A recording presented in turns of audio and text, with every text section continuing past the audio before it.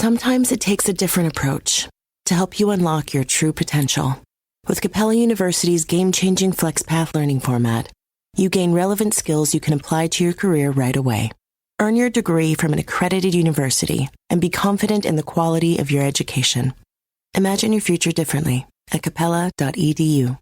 Capella University is accredited by the Higher Learning Commission. Learn more at capella.edu/accreditation. Walmart Plus members save on meeting up with friends. Save on having them over for dinner with free delivery with no hidden fees or markups. That's groceries, plus napkins, plus that vegetable chopper to make things a bit easier. Plus, members save on gas to go meet them in their neck of the woods. Plus, when you're ready for the ultimate sign of friendship, start a show together with your included Paramount Plus subscription. Walmart Plus members save on this plus so much more. Start a 30-day free trial at walmartplus.com. Paramount Plus Essential Plan only. Separate registration required. See Walmart Plus terms and conditions. Motherhood. 1 minute, you're mom of the year.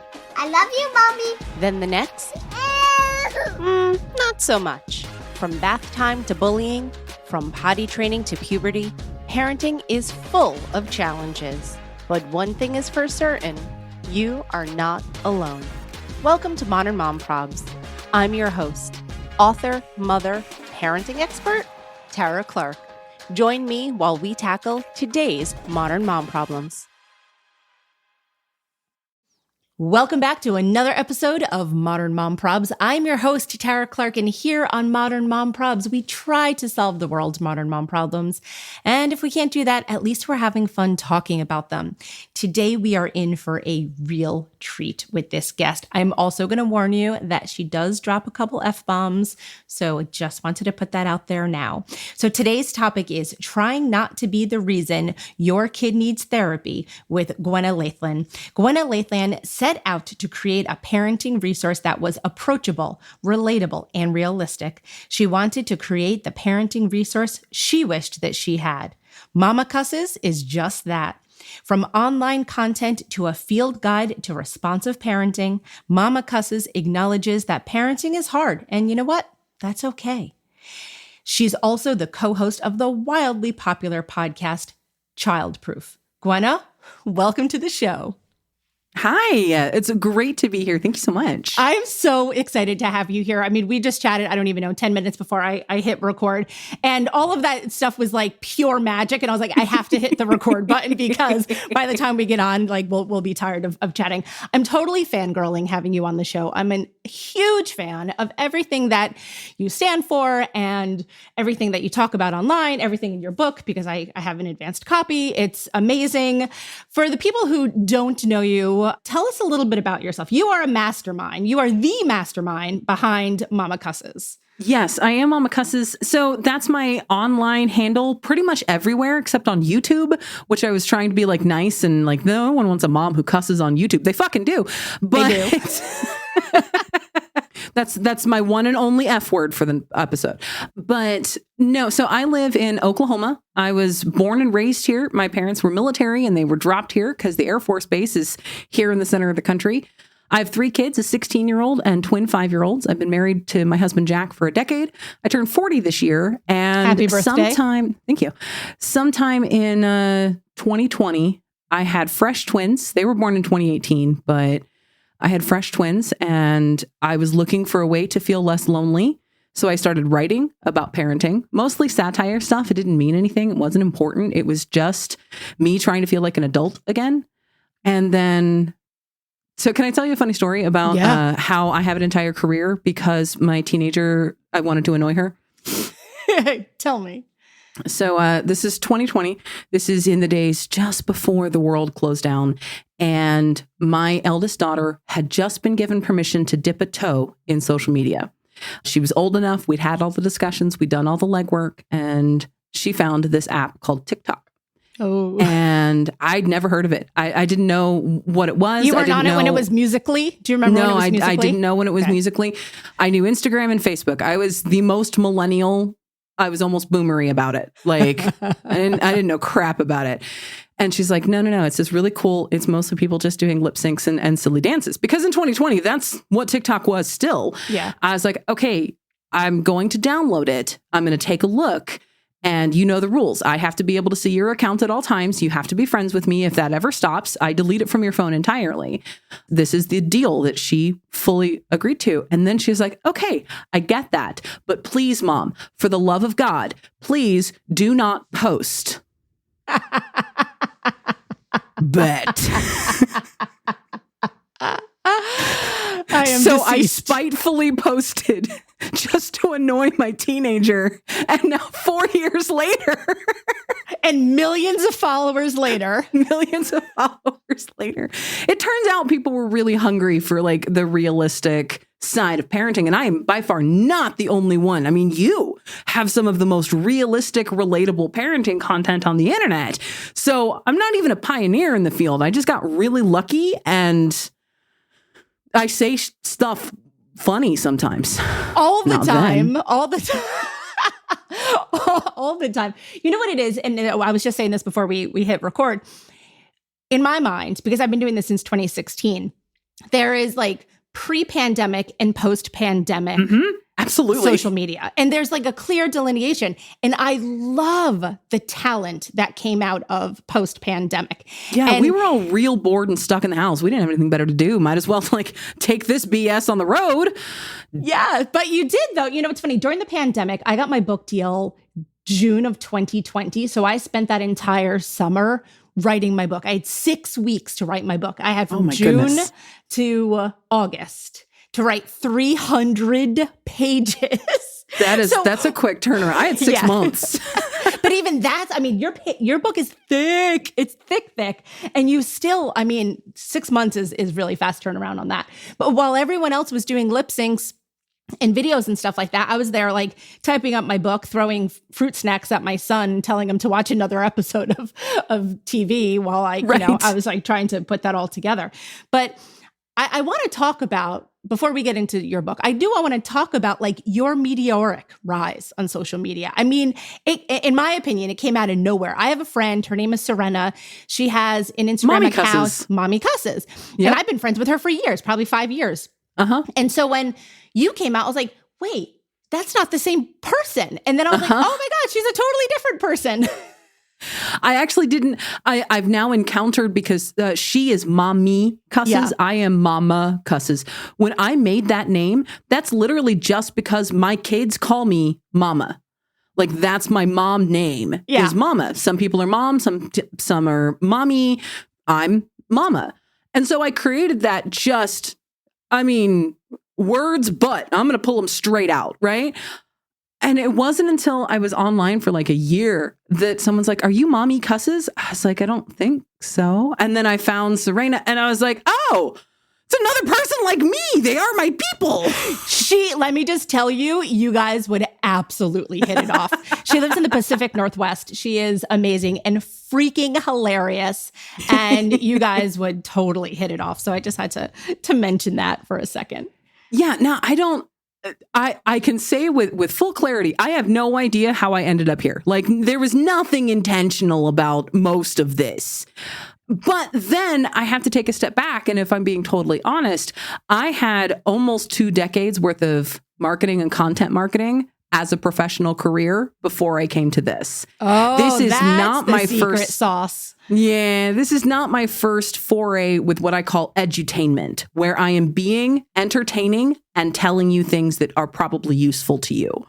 That's your secret. That's what makes you so special. I'm just, my specialty was in content marketing. And if you've never experienced content marketing is taking really boring shit and making it slightly less boring. Slightly less. That's the whole shtick. I can fascinate you with an entire thing about how the mail system works. You still won't care, but you'll at least listen while I talk. Because it's the mail system. I mean... And your voice is soothing. You know, one of my first jobs was working on an infomercial for doctors. So it's the same kind of thing. Yeah, a content marketer wrote that for you. I promise. 100%. I was one of those people. Yeah. That could have been me. It might have been me. I wrote several infomercials for a hospital. Oh, see, there you go. Yeah. So that's where I come to. But then when it gets to, okay, then how do you start talking about parenting? Because I was outnumbered by my own progeny. What the hell else was I going to talk about? And that's when I ended up pregnant with twins, I was working, content marketing doesn't pay well, just FYI. I was working a very low wage job and I knew I was going to have to quit when I had 2 babies. So I didn't make enough to pay for daycare for 2, nor did I make enough for me not to work, for me not to contribute paying the bills. Like we were very much stuck in the 2 income trap. And I took up some writing gigs and I was still doing content marketing on the side while also having kids. And then when I started writing on a place called Medium, because they paid a little bit, I wrote about what was around me at the time, which was mostly kid pee, diapers, and snot. Like, when you have kids that are that age, there's so much content. I started Modern Mom Probs when my son was 3, and there was just like endless content about having a toddler and all of those things. And we lived in New York City at the time. And so I was writing about living in New York City with a toddler, and there was just endless amount of content. Now, as your kids get older, it changes. And it changes. You're in a different season of life. What parenting looks like doesn't really change as far as the time commitment, as far as how much, but the physical activity lessens. The longer you go, as long as you've been blessed with an otherwise healthy child and there's no illnesses or accidents, once you stop wiping a butt, you probably will never have to go back to it. That's not a repeat thing. Will I forever have to repeat? Please don't put that in your mouth. Yeah, no, I'm still telling that to my 16-year-old. Why is that in your mouth? Get that out, spit it out. You're 16. Is that a frog? Stop. You're just being weird now, kid. So yeah, some parts never change and some parts radically change and they go away forever. And the internet would have you believe you're supposed to cherish those. No, I am not going to cherish wiping another human being's anus at any point in my life. I don't care what human being it is. I'm not going to cherish that. I'm going to cherish that I don't have to. Can I cherish that part? Will that make you happy, Susan? That's a milestone. That's a win. Yeah. It's the little things that we don't talk about. You know what it is? As our children get older and as we get older, parenting becomes more cerebral. Yeah. It's less physical and more cerebral. It's an absolute mind trip. That's what it is. It's just the whiplash you get from parenting. It's just one day we're really upset because the bowl was pink and not blue. And the next day we're really upset because the boy wore pink and he said he was going to wear blue. And now you guys don't match and you guys were going to match. Did that matter? That did matter to you. Okay. Tell me more. Then I will try really hard to care.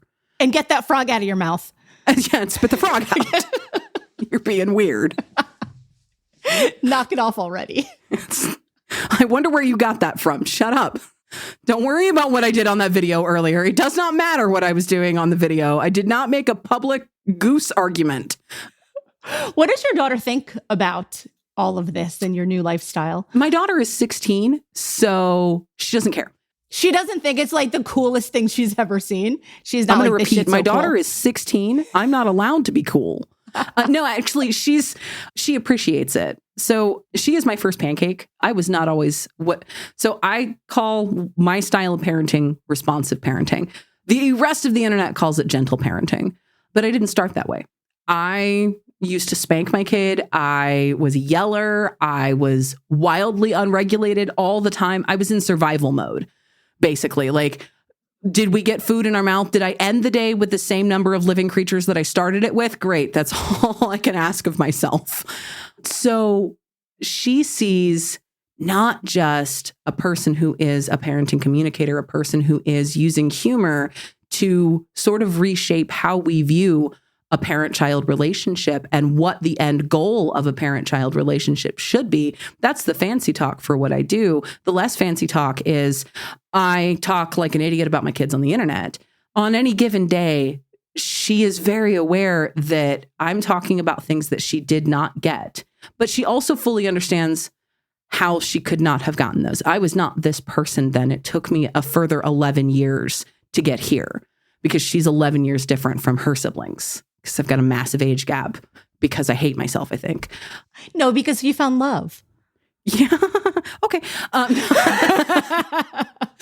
No, there's a lot of perfectly valid reasons, some of which I was in control of and some of which I wasn't so much in control of. My uterus just being like, no, we're not going to hold on kids. That was not my choice. I didn't do anything to that. But my daughter likes what I'm doing. Occasionally, she dislikes it because I'll do something really, really silly. I went mega viral across the internet for wearing pleather pants, and they quacked when I rubbed my thighs together like a cricket. It was awful, but I lost it in the hallway because every time I walked, my hoo-ha quacked. And that went hyper viral. I'm talking tens of millions of views on every platform it hit. CNBC put my quacking hoo-ha on their website, all right? Like, this is not, she doesn't like when that happens. Right, That's because the kids favorite. at school are like, oh, I saw your mom's video. Right. Let's discuss what happened there. I'd rather not, for so many reasons. I don't want to talk about my mom's quacking hoo-ha. So it's a mixed bag for her. My littles, I don't think they fully know what I do. They're only 5. They're so little, right? They're in their own world of, I don't know, kindergarten and blocks and Play-Doh. Right. Currently, we're just, dude, you can't punch other little boys in the penis. This is not how we handle our anger. Yes. How did you, so, you mentioned responsive parenting. And obviously that is a huge portion of your book. Yeah, I wrote a field guide to responsive parenting. Literally wrote the field title. guide on it. Yeah, literally. I love the phrase responsive parenting. I myself consider myself a conscious parent, which is the same thing. At this point, I feel like it's just semantics. It really is. Because you have a chapter about why you hate gentle parenting, but it's really, I'll let you explain that, but it's really the word gentle. It's not that you hate the concept. When I shifted to this more responsive style of parenting, where I'm not just prioritizing, does my kid know how to wipe her butt? Does she know how to tie her shoes? Can I be able to teach her how to drive? Can she use a fork? Those are all functional tasks that every human being has to learn. We're born not knowing those things. We are expected to somehow at some point learn those things. And that is a parent's job to either teach them or provide them an opportunity to learn that by sending them to a class or swim lessons or whatever, right? Responsive parenting also prioritizes the emotional development. So, okay, I see that you're mad over the bowl color, but we're going to take a sec and ask ourselves why.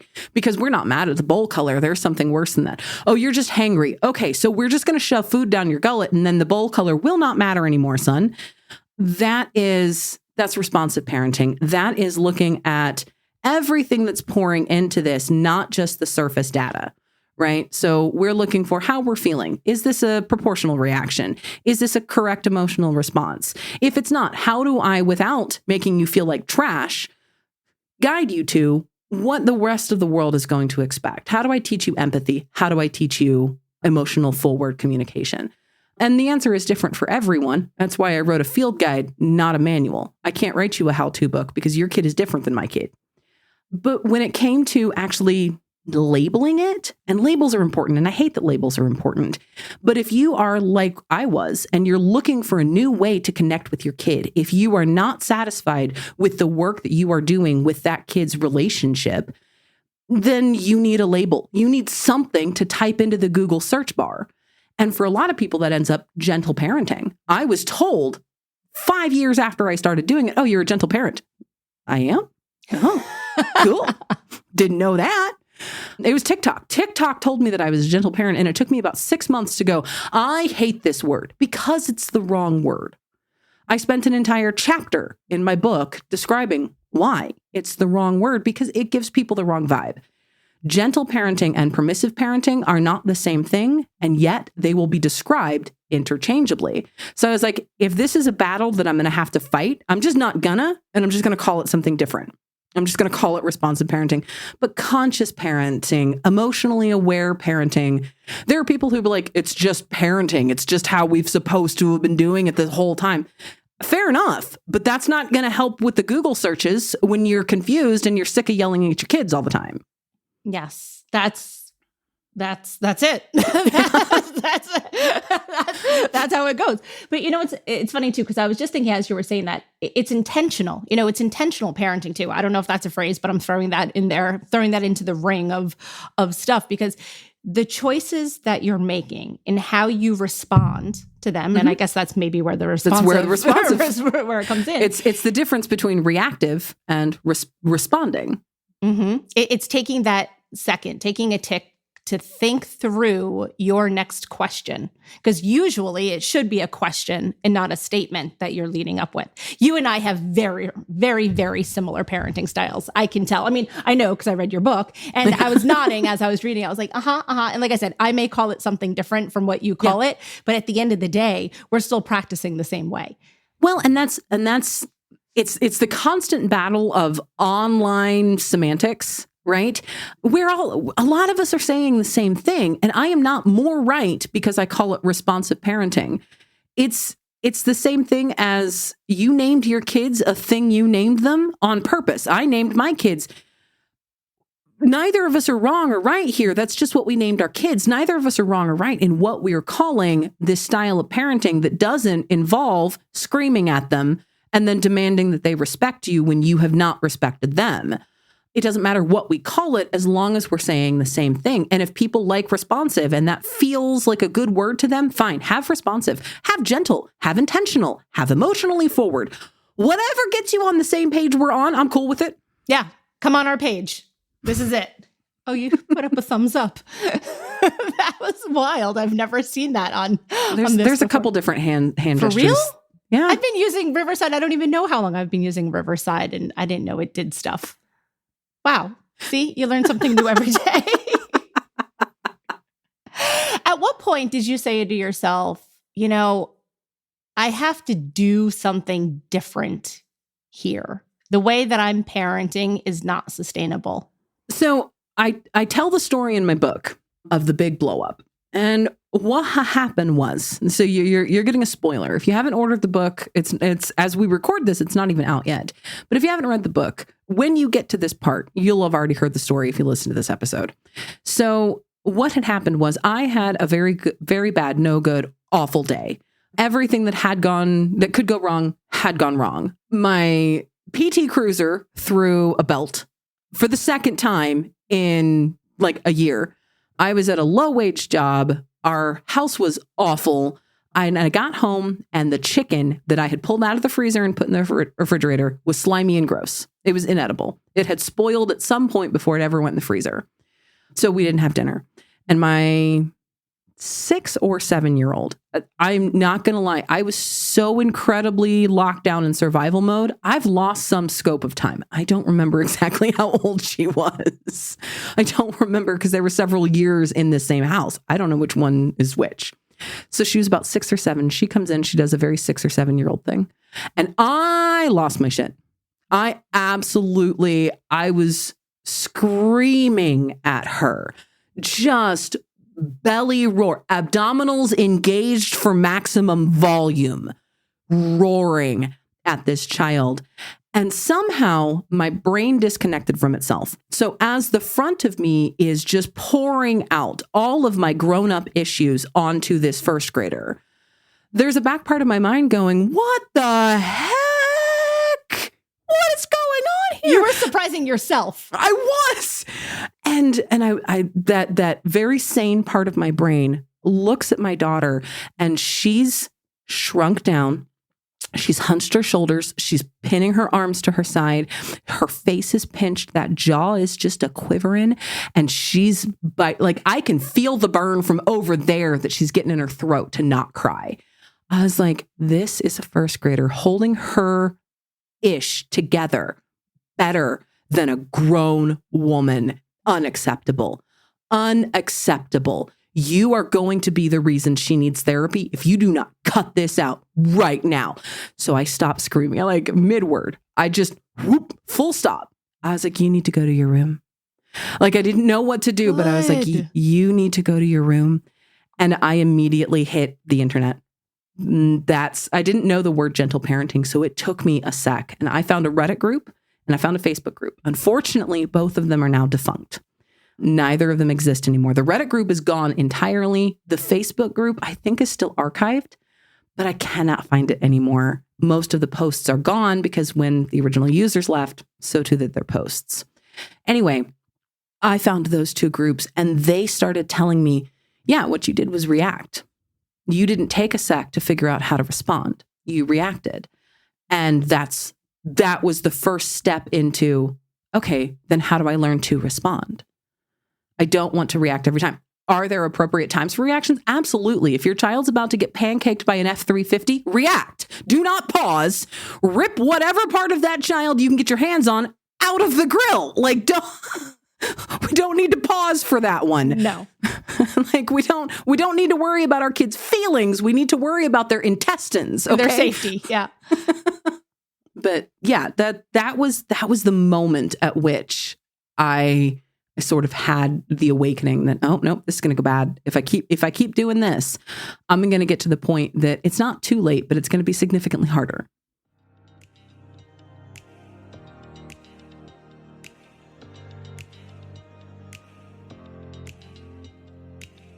This episode is brought to you by Modern Mom Style Box. Upgrade your wardrobe and enjoy unlimited styles for just $60 a month.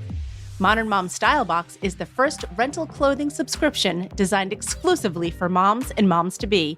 Get started today with a free trial. Use promo code PTO. It's so important to have the clarity that you had in that moment where you were sort of almost two-brained in a sense as it was happening, that you could reflect and be like, oh, this is not the way that I want this to go. I have a similar story. When my son was 3 years old, he was playing with a squishy tomato. Innocently enough, right? Where he's playing with a squishy tomato and he squished it too hard and it exploded. Tomato juice everywhere. Yeah.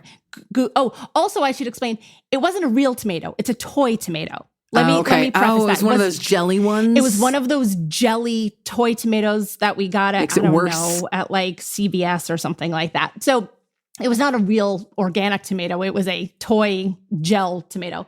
And he squished it and it went everywhere. And I lost my shit for probably the first and last time ever. Mm-hmm. And as it was happening, I yelled at him and I could hear my mother's voice coming through my own. Yeah. And similar to you, it was an awakening for me where I was like, that's never going to happen again. Mm-hmm. And it didn't. And that was it. That was probably the only time that I ever like literally lost my mind on him over something so stupid, you know? And like you said, it was like you were having a bad day, something else had triggered you. You were like stuck in the house too long, you know, whatever it happened to be, it was not his fault. And I reacted instead of responding. And like I said, that was the one and only time. And ever since then, I was like, I am never going to talk to him the way that my mother talked to me. Mm-hmm. That's it. Yeah, I wish that I could say, yeah, no, it never happened again. It definitely did. There's a reason my kid's the first pancake, all right? She got every technique tried on her. Whether they were good or bad. At least freaking lab rat of a child. I'm so sorry, Abby. I'm sorry. I love you. I appreciate you. I respect you. Thank you for putting up with my shit. I did the best I could. Well, that's the thing. At the end of the day, we're just trying the best we could. Yeah. And at least, you know, we're more intentional about it than our parents. And again, I can only speak for myself. I can't speak for your mom. But like my mom, she's a great mom. She was not intentional about any of that. She was also a single mother. And so she worked 120 hours. She worked in the restaurant business. And so she was constantly out working. So when we were together, we were more like, let's go have fun and do friend things. And, you know, we were like friends, which we still are good friends. But when it came to parenting, she was always reactive. Yeah. So anything like, we mentioned about the chicken being spoiled or the squishy tomato, it was always an explosion of that. And so as you were describing Abby's shoulders coming in and the hunch and the chin quiver, like I felt that. I felt that deep in my soul. You may have seen that as you were talking about. I mean, I was like fully like reliving that because that sticks with you. Yeah. It's not, and even my shifting to a more responsive parenting, thankfully, Abby does not remember the blow up, but she does remember other points. She doesn't remember the specific one that was my eye opener, but she does remember other times, both before and after that point, where I did react instead of respond. I lost my mind instead of regulating myself because I wasn't good at it. I still needed to practice. And to this day, I've written an entire guide about responsive parenting. And yeah, sometimes I still lose my mind. I lose my cool. I react in a time where I could have taken a breath, taken a step back, be like, I'll be back when I don't feel like killing whatever just happened right here. And that's obviously, that's grown up words. Those are inside thoughts. We don't say those parts out loud. Yes. We just say, mommy needs a moment. Mm-hmm. But like inside, we're thinking, I might do something illegal if I stay in this room for a moment longer. I'm going to go. I got to go. You got to stop talking. I got to go. That it still happens. But here's the thing is I have now been able to shift. There's two important things here. First, people are like, okay, well, my crappy mom did her best and it was not enough. Okay, I'll give you that. I'm not going to take that away from you. I'm not going to argue with that. But you doing your best is more than your mom doing your best because you are currently listening to a podcast about parents. You are considering buying a book or two because Tara also has a fantastic parenting book available.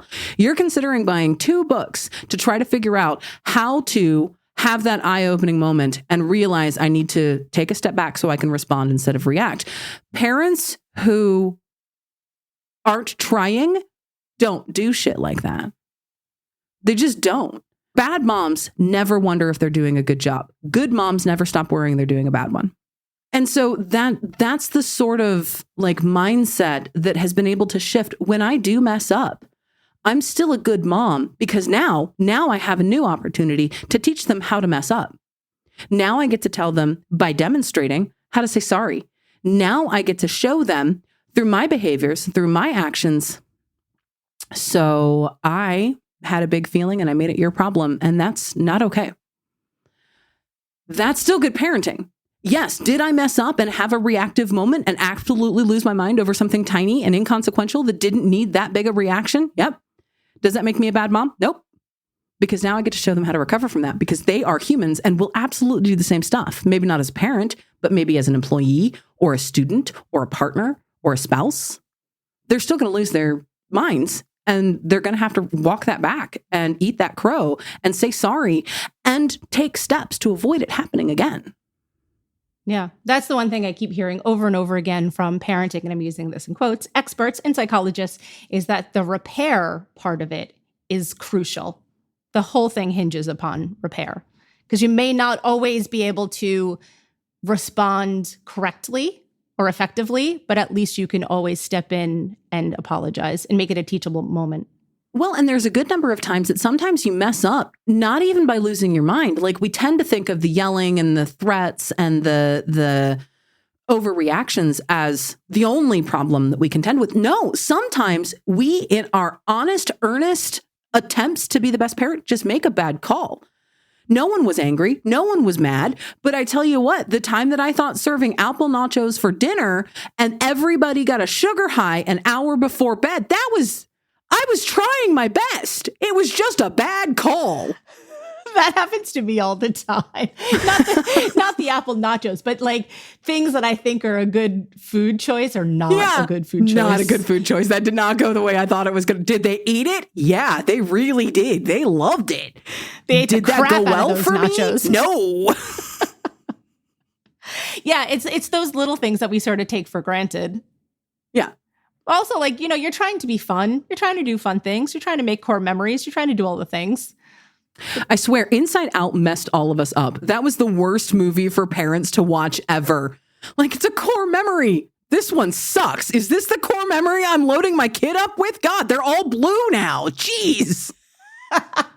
That movie came out when my son was a toddler, and he was going through a lot of big feelings. And so, yeah, we had to watch that one a lot, talking through the big feelings. Yeah. I don't miss that. I love the movie, but it's a mind trip for me because I'm like, is sadness in charge right now? I feel like sadness is in charge. Where's Joy? Give her back. That movie's even about preteens. It's not even about toddlers. And here I am worrying about, did I give them a bad core memory? So, well, going back to my squishy tomato thing, for a couple years, my son was like, remember that time with the tomato? And I was like, oh my God. You're talking about like not being the reason that they go to therapy. And he was bringing it up for like years after the fact. I was like, you were 3. You shouldn't remember anything when you were 3. I don't think he remembers it quite so much now, thank God. But it was one of those things where it really stood out for both of us because it was so... It was so out of character. Line. It was out of at the time. Yeah. Yes, exactly. It was out of character for me, and even still is. And like I said, luckily, we've worked through that. And just by the very nature of this job of interviewing phenomenal people like yourself and other psychologists and authors and all the things, like I've been so blessed to be able to, I feel like every day is like a therapy session, like I get to like, no, it really is. Cause like I get to talk to these amazing people and then like glean the best information to help my family and help me be a better mother, help my husband be a better father, help my son be a human, a better human. And then pass that on to, our community and our listeners. And so I think we're very lucky to be in the position that we're in. Yeah, absolutely. I end up just telling on myself a whole bunch of times in my book because I describe the reason I have a reputation as an oven killer in my family. I have brutally and cold-bloodedly murdered like 3 of them in like the decade that I've been married to Jack. That's a wildly high number of ovens to have destroyed in that time period. Seeing as I think most humans have never destroyed an oven unless they went to like a rage room and they had like an old one there to beat with a baseball bat or something. Like I've killed 3 of them. 2 of them were just me personing wrong. I caught one on fire. I ripped another one apart trying to clean it. But the one that gave me the final reputation was an abject parenting fail. I threw a lunchbox into the door and the glass shattered. And the reason I threw a lunchbox into the door is because I was in the middle of yelling at my daughter about the dishes.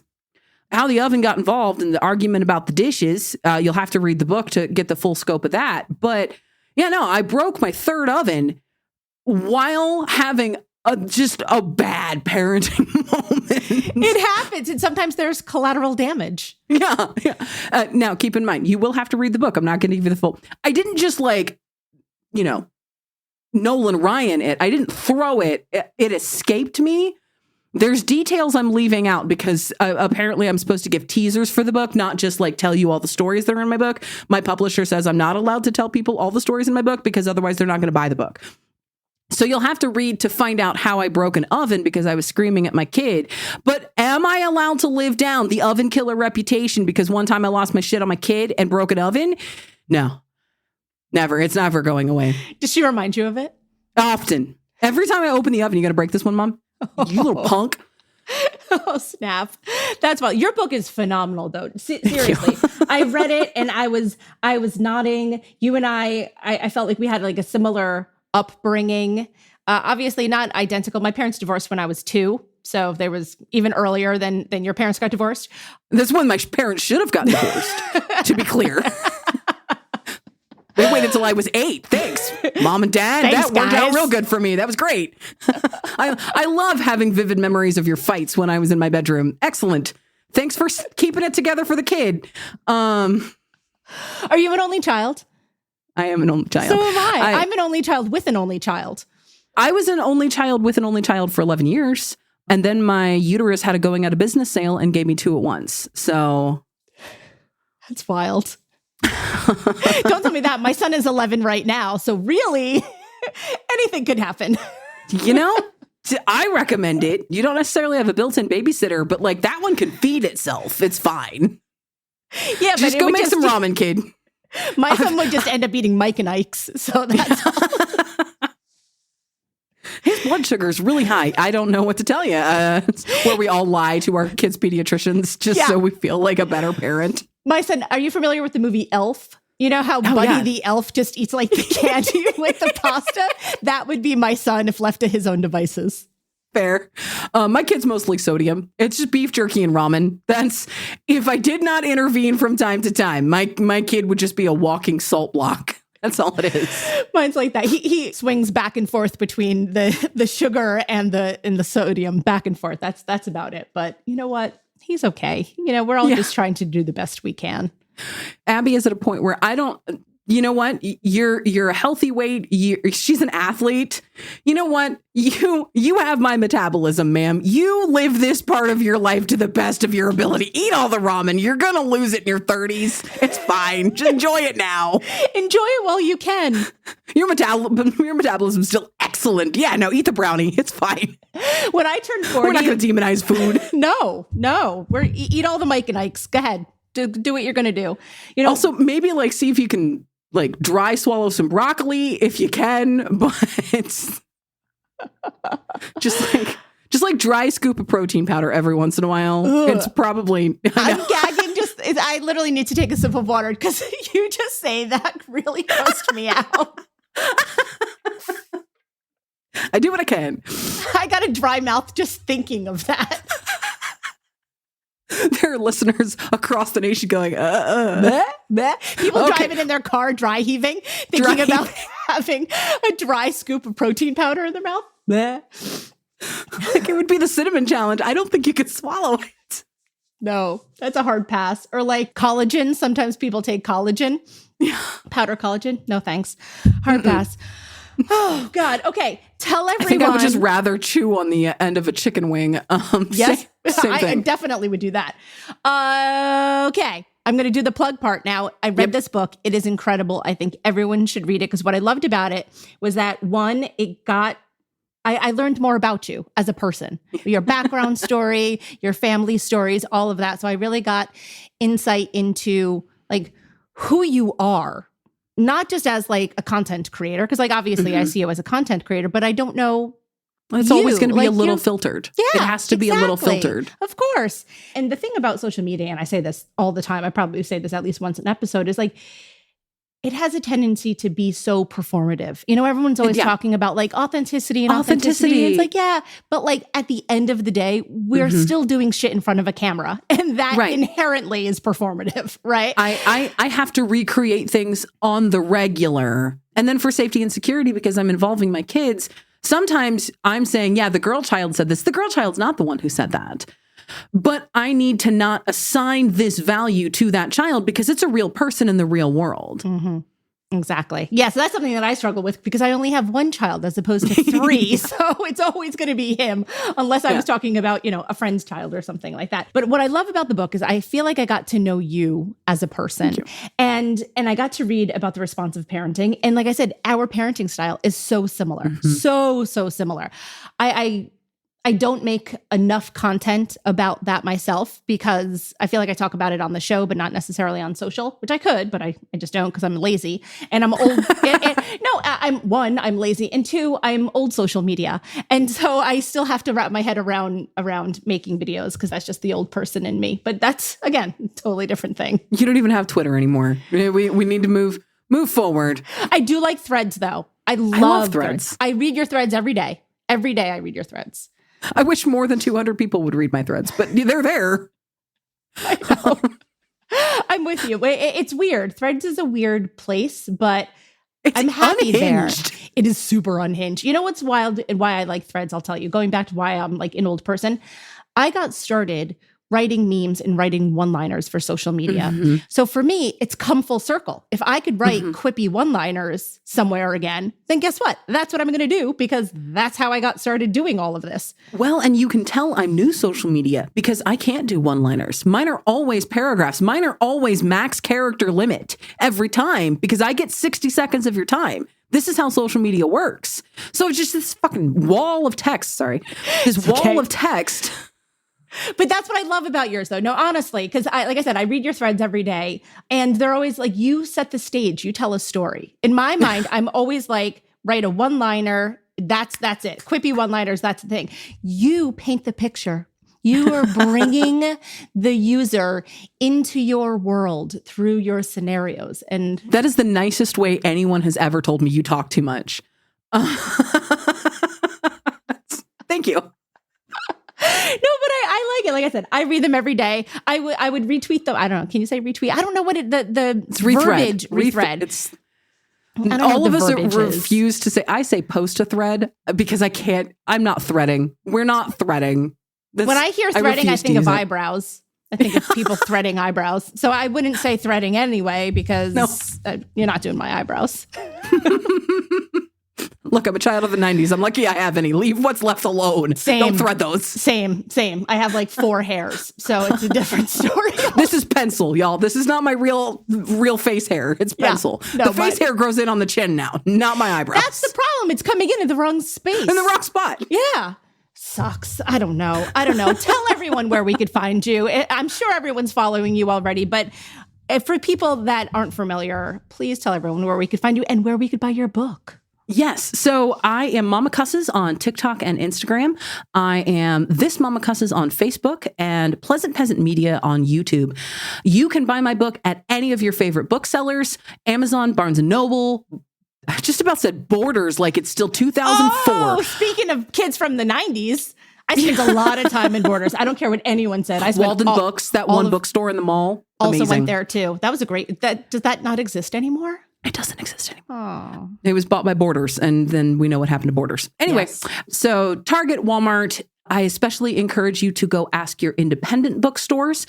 If you ask them, I am published by St. Martin's Press. They can order the book for you. Please support independent booksellers. If you don't have one available or haven't found your favorite yet, any of the major retailers will absolutely get Momma Cusses into your hand. It is out March 5th in print, audio, and ebook. Bonus note, I did record my own audiobook, and Abby wrote the foreword for my book. Being my first pancake, she also agreed to record the audio version. So if you want Abby and I to read my book to you, please consider ordering the audiobook, but traditional print and ebook are available. Oh, that's so cute that Abby did the audio. I didn't realize that. I know she read She only read her foreword. I read the rest of it. Sure. Wasn't that fun? I read mine too, and I thought that was a real mind trip. Yeah. I posted a video of the bloopers because they just keep it rolling. I saw that. I don't think I had access to mine, but it would have been really something. I just felt very well, also during mine, it was COVID.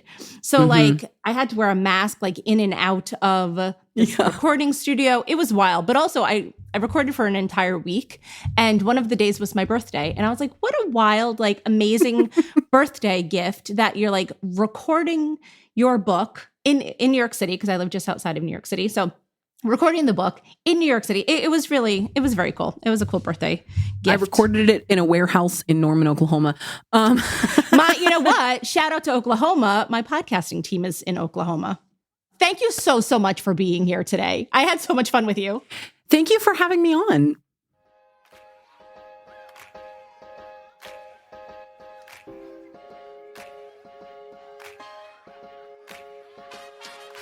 Thanks for listening to today's episode of Modern Mom Probs.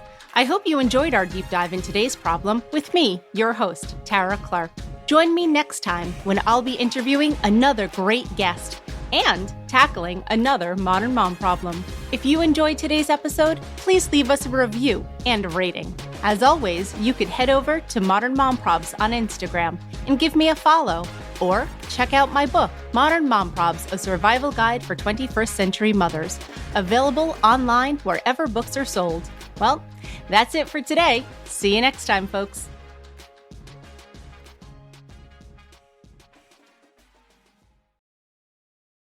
At Capella University, you'll get support from people who care about your success. From before you enroll to after you graduate, pursue your goals knowing help is available when you need it. Imagine your future differently at capella.edu. Walmart Plus members save on meeting up with friends. Save on having them over for dinner with free delivery with no hidden fees or markups. That's groceries plus napkins plus that vegetable chopper to make things a bit easier. Plus, members save on gas to go meet them in their neck of the woods. Plus, when you're ready for the ultimate sign of friendship, start a show together with your included Paramount Plus subscription. Walmart Plus members save on this plus so much more. Start a 30-day free trial at walmartplus.com. Paramount Plus Essential Plan only. Separate registration required. See Walmart Plus terms and conditions. Luxury is meant to be livable. Discover the new leather collection at Ashley with premium quality leather sofas, recliners, and more, all built to last. No matter how many spills, scuffs, or pet-related mishaps come its way, the leather collection at Ashley is made with the durability you need for the whole family. Shop the new leather collection at Ashley and find chairs starting at $499.99 and sofas at $599.99. Ashley, for the love of home.